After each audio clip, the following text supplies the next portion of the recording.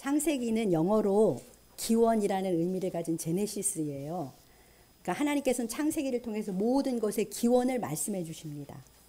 창조, 인간, 에덴, 결혼, 죄, 타락, 구원, 하나님 나라, 하나님의 백성, 이런 것의 기원을 창세기가 전합니다. 창세기는 태초에 하나님이 천지를 창조하시니라, 이렇게 선포로 시작하는데요. 이 말씀은 무엇을 선포하고 있습니까? 하나님께서 내가 천지와 만민의 창조주다. 내가 모든 것의 주인이다. 내가 모든 것을 다스리는 왕이다. 라는 선포입니다. 온 우주와 세상과 만민이 다 왕이신 하나님의 다스림 안에 있는 하나님 나라다. 라는 선포예요. 그러니까 하나님 나라는 언제 시작된 것입니까? 창조 때부터 시작된 것입니다. 특히 에덴 동산은 하나님과 아담과 하와가 함께 살면서 하나님의 사랑과 공의 다스림이 아래 있던 하나님 나라예요. 그러니까 에덴이 바로 하나님 나라의 기원이고요. 하나님 나라의 원형입니다. 나라가 이루어지려면 세 가지가 있어야 되잖아요. 주권, 영토, 국민, 이 세 가지가 있어야 나라가 되는데요. 에덴에는 이 세 가지가 다 있었어요. 주권자이신 하나님께서 계셔서 다스리셨고요. 그리고 울타리가 둘러쳐진 에덴이란 땅이 있었습니다. 그리고 아담과 하와라는 백성이 있었어요. 그러니까 에덴이 곧 하나님 나라 천국이에요. 그런데 이 첫 하나님 나라인 에덴은 인간의 불순종, 인간의 범죄로 상실되게 되었습니다. 그러자 하나님이 어떻게 하셨냐면 창세기 12장에서 한 사람을 부르셔서 하나님 나라를 다시 시작하세요. 바로 아브라함을 부르셔서 하나님 나라를 다시 시작하시는데요. 그러니까 아브라함은 새로 시작되는 하나님 나라의 조상입니다. 하나님 나라가 다른 나라와 구별되는 가장 큰 특징은 무엇이겠습니까? 그것은 주권이 하나님께 있다는 것입니다. 하나님께서 주권을 가지고 그 뜻대로 통치하는 나라가 바로 하나님 나라예요. 근데 그 뜻대로 통치하시는 하나님이 어떤 분이세요? 선하시고 사랑이시고 완전하시고 아름다운 분이십니다. 그러니까 하나님 나라가 곧 천국인 것이죠. 그 사랑과 선하심과 완전하심과 아름다우심으로 통치하시니까요. 창세기에는요, 하나님 나라의 백성이 된 4명의 족장이 나오잖아요. 아브라함, 이삭, 야곱, 요셉이 나옵니다. 그러면 하나님 나라의 백성이 된 이들의 삶에는 하나님의 주권이 작용했겠지요. 어떻게 하나님의 주권이 이들의 삶에 작용했는지 여러분들이 다 아시니까 잠깐 상고해 보면요. 아브라함은 하나님의 주권으로 부름받았어요. 그가 왜 하나님 나라의 조상으로 부름받았는지 그 이유는 우리는 모릅니다. 오직 주권자이신 하나님의 주권에 의한 것이기 때문이죠. 그리고 그는 조상이었기 때문에요. 언약도 받아요. 큰 민족을 주겠다. 가나안 땅을 주겠다. 너는 복의 근원이다. 이렇게 언약도 받습니다. 이삭은 하나님의 주권에 의해서 탄생해요. 하나님의 전능하심으로 약속의 성취로 이삭이 세상에 태어나기 때문에 이삭은 태어남부터 하나님의 주권적 역사가 그에게 작용했습니다. 야곱은 어떻습니까? 주권적으로 택하심과 돌봄을 받아요. 로마서 9장에 보면요. 이런 말씀이 있어요. 에서와 야곱이 쌍둥이잖아요. 그들은 아직 태어나지도 않았고 선한 일이나 악한 일을 행한 적이 없어요. 태어나지 않았습니다. 그런데 하나님이 에서는 미워하고 야곱은 사랑하였다. 이렇게 말씀하세요. 그러니까 야곱은 하나님의 주권에 의해서 택함을 받은 거예요.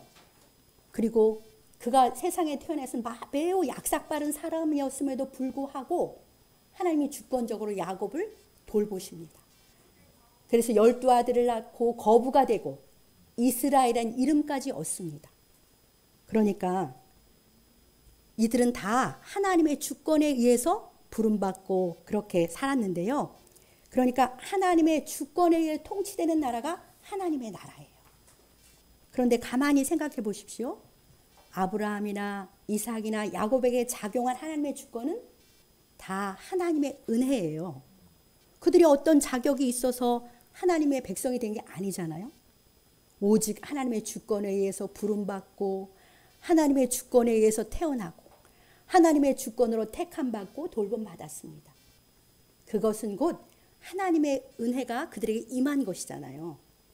그러니까 하나님의 주권으로 다스려지는 하나님의 나라는 하나님의 은혜로 다스려지는 나라인 것이죠.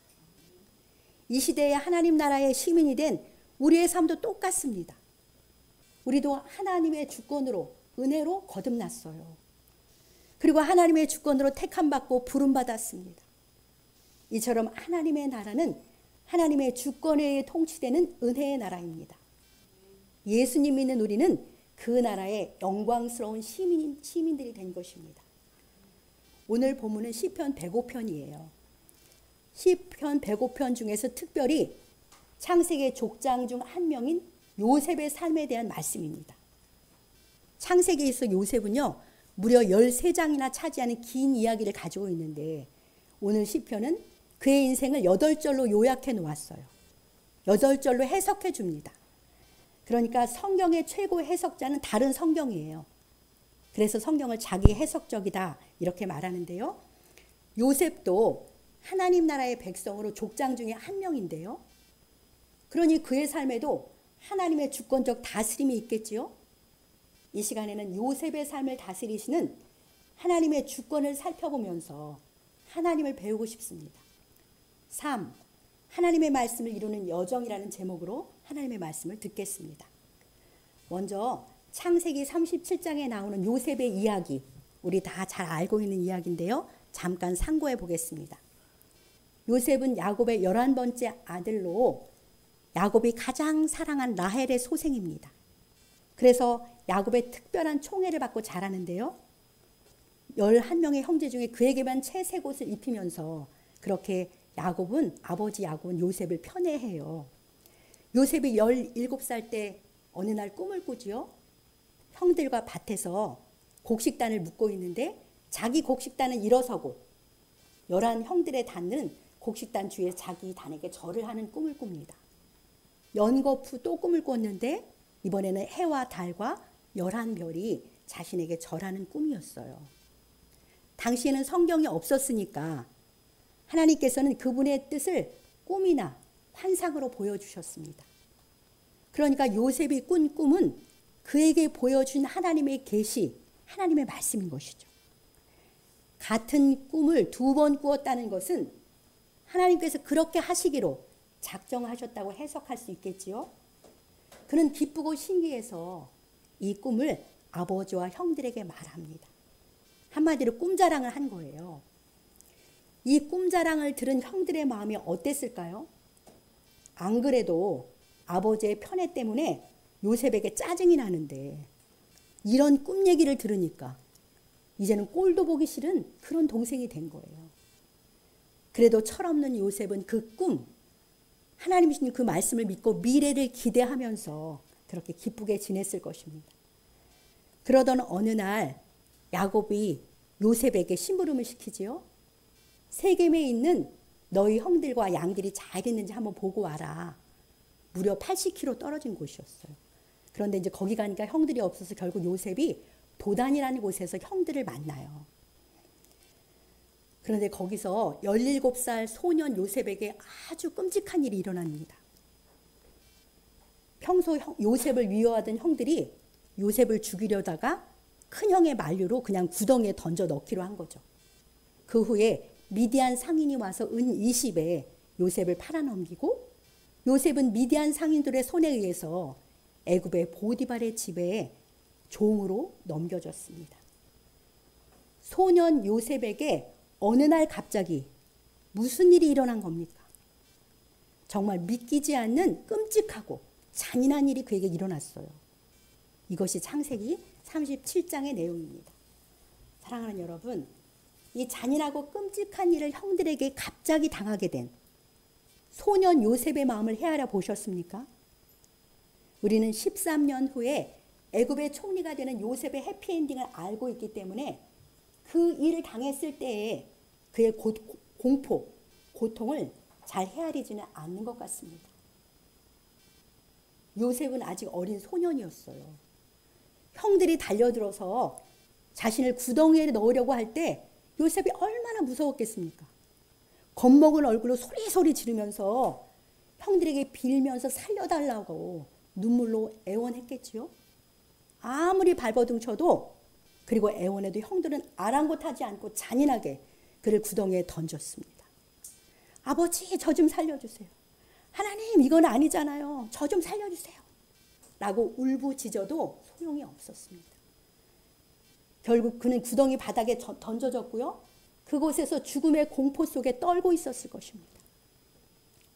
또 요셉이 혼자서 낯선 애굽에 내동댕이 쳤을 때 그의 마음은 어땠을까요?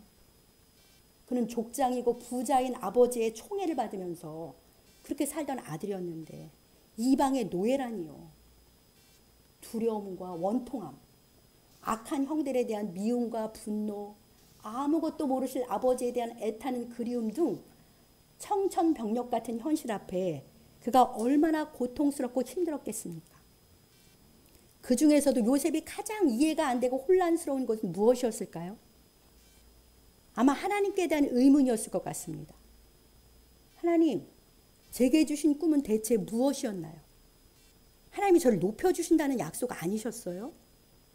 근데 애굽에 끌려와 노예가 되다니요. 하나님이 주신 말씀하고는 완전 정반대로 펼쳐진 현실을 요셉은 어떻게 받아들일 수 있을까요? 이 억울하고 말도 안 되는 상황에 요셉은 얼마나 고통스러웠을까요? 자, 이 요셉에게 벌어진 이와 같은 일들에 대해서 오늘 본문인 16, 17절은 이렇게 해석을 해줍니다. 자, 오늘 16, 17절을 같이 읽어보겠습니다. 그가 또 그 땅에 기근이 들게 하사 그들이 의지하고 있는 양식을 끊으셨도다. 그가 한 사람을 앞서 보내셨으며 요셉이 종으로 팔렸도다. 예, 아멘. 이 말씀에서 그가는 누구십니까? 예, 하나님이세요. 그러니까 주어가 하나님이신 거죠. 이 말씀을 요셉의 시점에서 보면 이런 이야기예요. 머지않아서 하나님께서 이스라엘 백성이 살고 있는 가나안 땅에 기근이 들게 하실 거예요. 그래서 그 기근 때문에 다 굶어 죽게 되는 상황이 오니까 이스라엘 백성들이 할 수 없이 애굽으로 이주하게 되는 일을 하나님이 계획하신 것이죠. 이 계획을 위해서 한 사람을 앞서서 뽑아가지고 애굽으로 보내시기로 했는데 그 뽑힌 한 사람이 누구라는 거예요? 요셉이라는 거예요. 그러니까 하나님께서 이 일을 위해서 요셉을 뽑아서 애굽에 앞서 보내기로 하셨는데 그것도 종으로 팔려서 가게 하셨다라는 말씀이 16, 17절 말씀이에요. 그러니까 요셉은 누구에 의해서 애굽의 종으로 팔려갔습니까? 하나님의 계획에 의해서 팔려간 거예요. 하나님의 주권에 의해서 요셉이 지금 애굽에 팔려온 것입니다. 그에게 꿈으로 말씀을 주시고 미래를 기대하게 하신 하나님의 주권에 의해 이런 엄청난 고통을 당하게 된 것입니다. 형들의 악함과 잔인함만으로 일어난 우발적인 사고가 아니고요. 하나님의 계획이라는 거예요. 그러니까 알고 보니 그는 하나님의 주권에 의해서 현재 인생이 완전히 무너진 것 같은 그런 상황에 처한 것이죠. 사랑하는 성도 여러분, 과연 이런 하나님의 주권도 하나님의 은혜 맞습니까? 요셉은 이유를 모른 채 하나님의 말씀과는 정반대로 흘러가는 현실 앞에 죽을 만큼 힘들고 고통스러웠겠지요? 그는 이런 삶에 어떻게 반응할까요? 여러분들이라면 어떻게 반응하시겠습니까? 우리 성도님들의 현재 삶에도 요셉만큼은 아니지만 나름의 여러 가지 어려움이 있으실 텐데요. 그 어려움을 한번 떠올려 보십시오.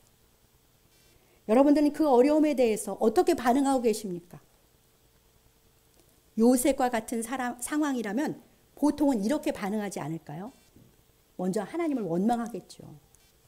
하나님, 주신 꿈, 약속하신 말씀은 대체 무엇입니까? 제가 하나님의 선민인데 어떻게 저를 애굽 사람의 종으로 살게 하십니까? 이건 말도 안 되잖아요. 제가 뭘 잘못했습니까? 이런 원망의 마음이 보통이라면 일어나겠죠.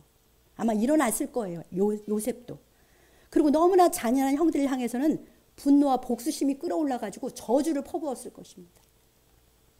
그리고 내가 여기서 종으로 사느니 차라리 죽는 게 낫겠다. 그런 비참한 생각이 들면서 죽지 못해 살겠지요. 원망, 분노, 저주, 수치와 절망 속에서 자기 삶을 갉아먹으면서 더 어둠에 빠져들기가 쉬울 것입니다. 그런데 요셉은 이 상황에 대해서 어떻게 반응했는지 창세기 39장 2절 3절이 이렇게 증거합니다. 우리 창세기 39장 2절 3절을 같이 읽겠습니다. 창세기 저거 다른 말 창세기 39장 2절 3절을 제가 읽어드리겠습니다. 잘 아는 얘기예요. 여호와께서 요셉과 함께 하심으로 그가 형통한 자가 되어 그의 주인 애굽 사람의 집에 있으니 그의 주인이 여호와께서 그와 함께 하심을 보며 또 여호와께서 그의 범사에 형통하게 하심을 보았더라. 네, 그런 말씀 아시는 말씀인데요. 하나님께서 요셉과 함께 해주셔서 그가 형통한 자가 되었다 이렇게 말씀하세요. 그리고 그의 주인 애굽 사람 보디발도 요셉의 하나님 여호와께서 그와 함께 하심을 보았다고 해요. 하나님께서 요셉의 범사에 형통케 하심도 보디발이 보았다 이렇게 말합니다. 아니 애굽의 종살이에서 형통해 봤자 아니에요? 여전히 종으로 팔려와 억울한 삶을 살 뿐이잖아요. 대체 뭐가 형통하다는 말입니까? 요셉의 삶의 전말을 알고 있는 그런 특권이 우리에게 있잖아요. 전지적 시점이라고 하죠. 그런 우리 눈으로 한번 요셉의 삶을 볼까요? 뭐가 형통한지. 현재 요셉의 삶은 하나님의 말씀, 하나님의 약속이 이루어지는 과정이잖아요. 우리는 알잖아요. 그런 면에서 형통한 것이죠. 또 이해할 수 없는 그 자리에서 요셉이요, 하나님의 이끄심에 순복하며 살고 있기 때문에 형통한 거예요. 방금 찾아본 그 창세기 39장에서도 여호와께서라고 주어가 하나님이에요. 그러니까 마치 하나님이 일방적으로 요셉과 함께 계셔서 그를 형통한 것처럼 그렇게 말씀하십니다. 왜냐하면 하나님의 주권이 강조된 말씀이기 때문입니다. 성경은 처음부터 끝까지 다 주제가 하나님 나라예요. 창세기부터 계시록까지. 그러니까 하나님 나라에서 가장 중요한 게 하나님의 주권적 통치이기 때문에 하나님의 주권을 강조해서 여호와께서 그와 함께 하셨다 이렇게 표현한 것이죠. 그러나 요셉은 로버트가 아니잖아요. 그는 자유의지가 있는 인격적 주체입니다. 하나님께서 그와 함께 하셔서요, 이방인 보디발이 그 형통하게, 그가 범사에 형통하게 된 걸 어떻게 보았겠습니까? 평소에 요셉이 하나님을 믿고 의지하며 사는 것을 보았기 때문인 것이죠.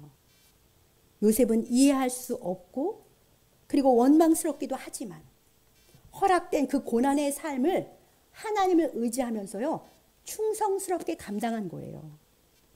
그는 보디발의 종으로서 주인이 시키는 일을 잘 순종했습니다. 맡은 일을 부지런하고 성실하고 정직하게 감당했기 때문에 보디발은 여태까지 그런 종을 본 적이 없었던 거예요. 요셉이 자기의 하나님 여호와를 믿고 의지하며 살 때 그의 하나님 여호와가 요셉이 하는 범사에 복 주시는 것을 보디발의 눈으로 본 것입니다. 결국 요셉은 보디발의 신임을 얻어서 그 집의 가정 총무가 되는데요. 그러니까 그 자리에서, 말도 안 되는 그 자리에서 요셉이 하나님의 주권에 순복했다는 것이죠. 그것을 창세기 39장이 증언합니다.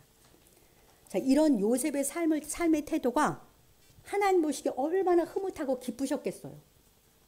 이 정도면 주권자이신 하나님께서 반전을 주셔야 될 것 같지 않으세요? 그런데 하나님의 한술 더 뜨세요. 우리 18절 말씀을 같이 읽어보겠습니다. 그의 발은 착고를 차고 그의 몸은 쇠사슬에 매였으니. 아멘. 여러분이 알고 계시는 대로 요셉은 보디발 아내의 모함으로 감옥에 갇히게 되잖아요. 하나님 경외하고 죄를 피해 도망친 것 뿐인데 그 일로 그는 감옥에 갇힙니다. 그 발은 족쇄에 묶이고요. 그의 혼, 여기서 그의 몸이라는 말이 밑에 보면 혼이라고 되어 있어요. 그의 혼은 쇠사슬에 매인 것처럼 죽을 지경이 된 거예요. 너무 기가 막혀가지고. 하나님의 주권은 요셉을 더 큰 고난으로 밀어 넣으셨습니다. 하나님이 왜 이렇게 하셨습니까? 전지적 시점을 가진 우리가 볼 때 하나님께서 왜 그를 이 감옥에 보내셨습니까? 머지않아 이루어질 그를 향한 하나님의 계획이 이루어지는 과정에서 이 감옥은 꼭 필요한 삶의 여정이잖아요. 그러나 그때의 요셉으로서는 정말 이해할 수 없습니다. 요셉은 너무나 억울하게 가중된 이 고난을 또 어떻게 견딜 수 있을까요?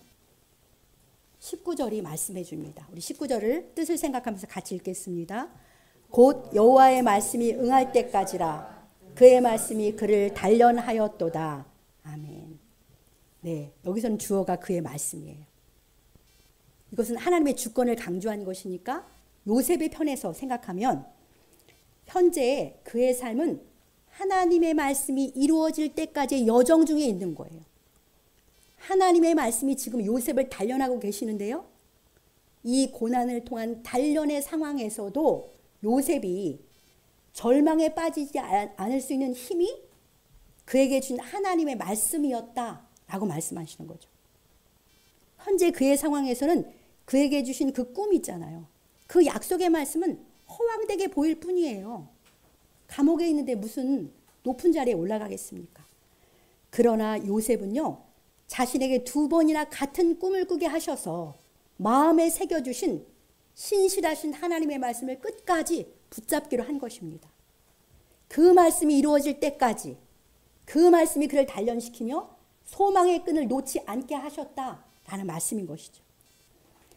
요셉은 신실하신 하나님을 의지하면서 그 약속하신 말씀을 소망하며 가중된 고난에도 또 순복합니다. 신실함을 잃지 않습니다. 아시지요? 감옥에서도 또 잘 이렇게 인정을 받잖아요.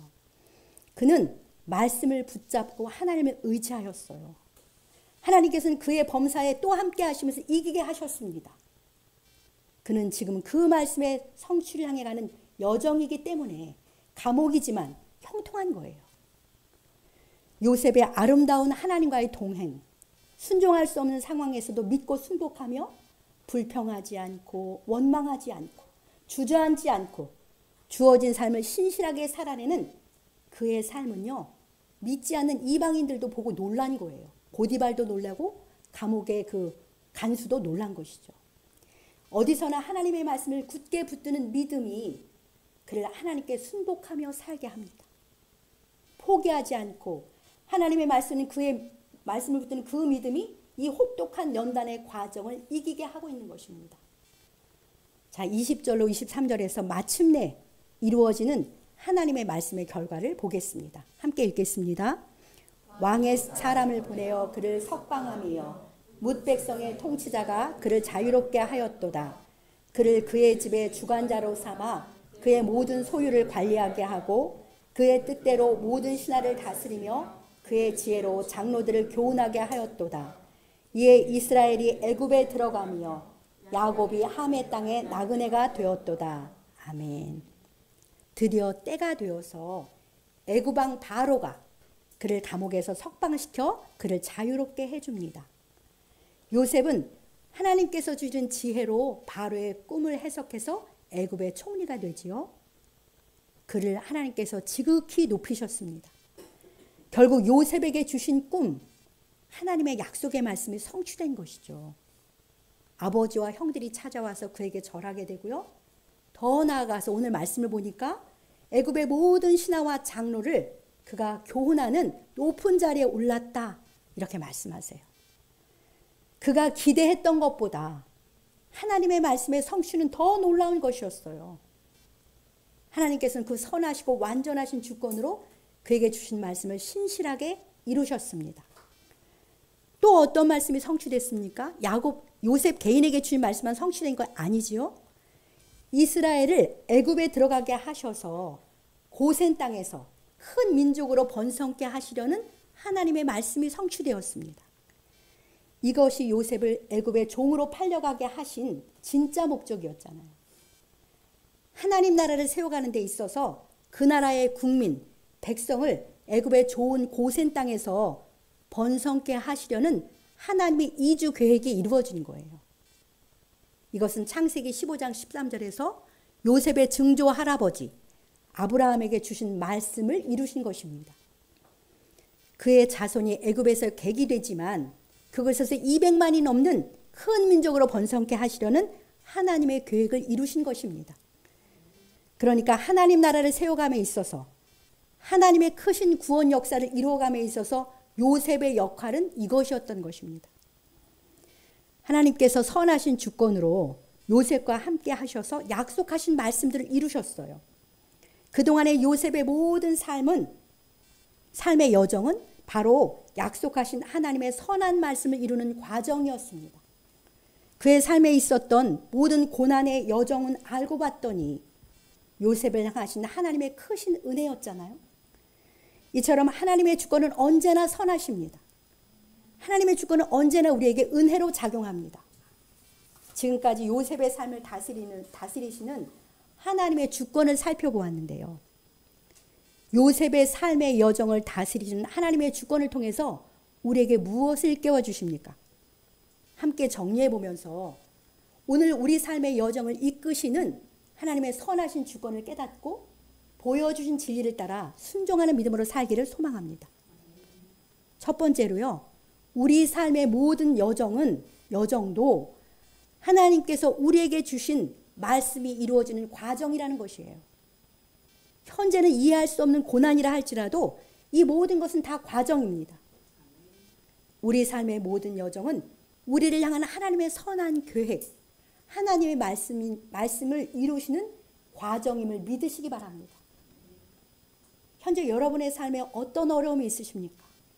근데 하나님이 이렇게 약속하셨어요. 예레미야 29장 11절의 약속의 말씀을 우리 같이 읽어봅시다. 여호와의 말씀이니라. 너희를 향한 나의 생각은 내가 아나니 평안이요 재앙이 아니니라. 너희에게 미래와 희망을 주는 것이니라. 아멘. 지금 우리가 어떤 어려움 속에 있든지 간에 우리를 향한 하나님의 생각은 재앙이 아니고 평안이에요. 믿으시기 바랍니다. 우리의 미래에 희망을 주는 생각 가운데 하나님이 우리를 인도하고 계세요. 이것은 예레미야를 통해서 바벨론의 포로로 잡혀있는 이스라엘 백성에게 준 약속인데요. 고난 중에 있는 그 백성에게 준 약속인데 우리랑 똑같은 거예요. 그래서 현재 내 삶이 어떠하든지 이 은혜의 말씀이 성취되는 과정 가운데 있다라는 사실을 믿으시기 바랍니다. 우리도 요셉처럼 어떤 상황에서도 하나님이 주신 많은 약속들, 그 선한 약속들을 굳게 믿고 소망하며 살아갑시다. 주신 말씀을 힘입어서 현재 내게 주어진 삶에서 신실하게 요셉처럼 하나님과 동행함으로 형통한 자로 그렇게 살아가시길 우리 주님의 이름으로 간절히 축복합니다. 두 번째로요.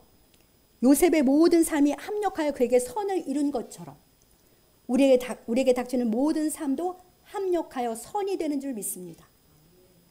여러분들 합력하여 이루시는 선이 무엇입니까? 그것은 하나님의 뜻입니다. 그것은 하나님의 나라를 이루어가는 것이고요. 하나님의 구원 역사에 쓰임받는 거예요. 그리고 궁극적으로는 주 예수님의 형상을 닮아가는 것입니다. 그것이 모든 것이 합력하여 이루시는 선이에요. 우리는 보통 합력하여 선이 되는 이 말씀 좋아하거든요. 합력하여 선이 된다는 것을 내가 소원하는 것이 이루어지는 것이라고 그렇게 생각하기 쉬운데요. 여러분들 요셉이 13년간 당한 말할 수 없는 고난과 총리로서 애굽을 다스리는 모든 과정에서 그에게 어떤 선이 이루어졌는지 볼까요? 창세기 50장 20절 21절을 함께 읽어보겠습니다. 당신들은 나를 해하려 하였으나 하나님은 그것을 선으로 받고사 오늘과 같이 많은 백성의 생명을 구원하게 하셨으니 당신들은 두려워하지 마소서. 내가 당신들과 당신들의 자녀를 기르리이다 하고 그들을 간곡한 말로 위로하였더라. 아멘. 요셉은 예수님처럼 대속적으로 애굽에 팔려가서 결국 자기 민족과 많은 백성의 생명을 구원하게 됩니다. 그리고 형들을 용서하는 것은 물론이고요. 형들과 그 자녀들까지도 돌보아 줘요. 그리고 죄책감과 두려움에 휩싸인 형들을 사랑의 말로 위로해 주는 예수님 닮은 사람으로 성장했습니다. 놀랍지 않아요? 이것이 하나님의 주권이 요셉에게 이루신 궁극적인 선인 것이죠. 우리도 하나님의 주권으로 부름받고 구원받은 하나님의 자녀들이기 때문에 우리 삶의 모든 것들도 하나님이 다 합력하여 선을 이루게 하시는데요. 그렇게 되는 줄 믿습니다. 그 선은 우리를 통해 이루시고자 하는 하나님의 뜻입니다. 우리를 통해 하나님의 나라가 세워지고 구원 역사가 확장되는 것이고요. 궁극적으로는 예수님의 형상을 닮아가는 거예요. 지금은 여러 면에서 부끄럽고 부족한 것 투성이지요, 우리가. 그렇지만 하나님께서 우리 삶의 모든 여정을 통해서 우리를 단련하고 계십니다. 그리하여 마침내는 주님의 형상을 나타내는 주님의 영광의 찬송의 자리까지 우리를 성장케 하시는 선을 하나님이 이루고 계시는 거예요. 마지막으로 로마서 8장 28, 29절을 함께 읽고 말씀을 마치겠는데요. 함께 읽어보겠습니다. 우리가 알거니와 하나님을 사랑하는 자 곧 그의 뜻대로 부르심을 입은 자들에게는 모든 것이 합력하여 선을 이루느니라.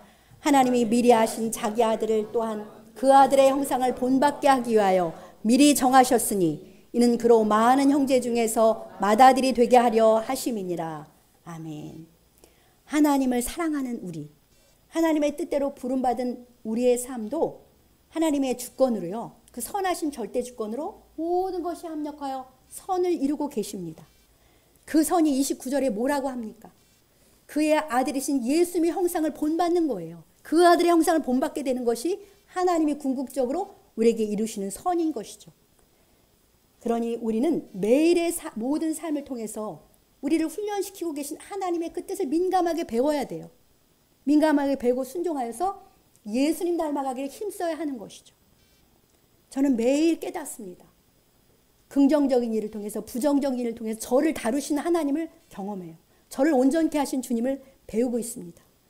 내 모든 삶은 하나님의 말씀을 이루는 여정인 것을 깨닫고 어떤 상황 속에서도 내게 주신 하나님의 약속을 굳게 붙잡고 소망하며 살아가시기 바랍니다. 내 삶의 모든 것이 합력하여서 선을 이루게 하시되 하나님 나라를 이루면서 예수님 닮은 자로 성장시키고 계심을 믿고 항상 배우고 순종하며 살아갑시다. 절대적으로 선하신 하나님의 주권이 내 삶을 놀라운 은혜로 이끄심을 고백하면서요, 날마다 감사와 찬양으로, 그것이 믿는 것이잖아요. 감사와 찬양으로 주님께 영광 돌리는 우리 모두가 되시길 주님의 이름으로 간절히 축복합니다.